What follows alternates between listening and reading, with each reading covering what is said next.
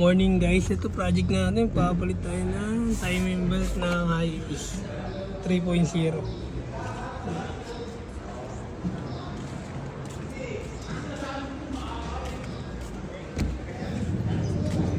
Ito yung mga papalitan natin. Tensioner, yung bearing.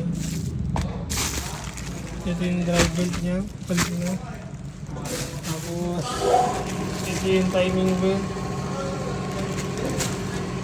Saka change oil na rin.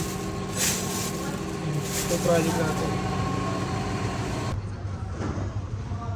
Ito po.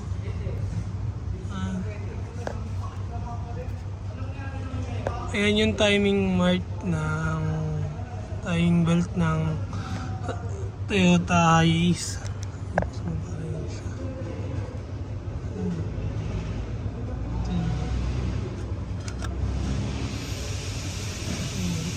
Timing mark. Ayan, sabihin niya, naka-timing na. Huwag niyong babaklasin niya nang hindi naka-timing. Palisira buhay niyo. Ayan, yan po. Ayan guys, nagabit na natin yung bagong timing belt saka yung bagong drive belt. Ayan, konti na lang, start na to.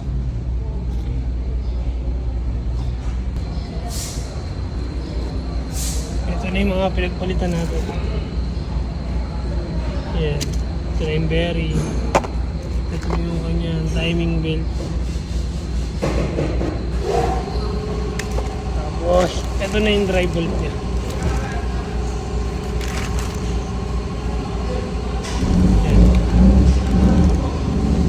Yan.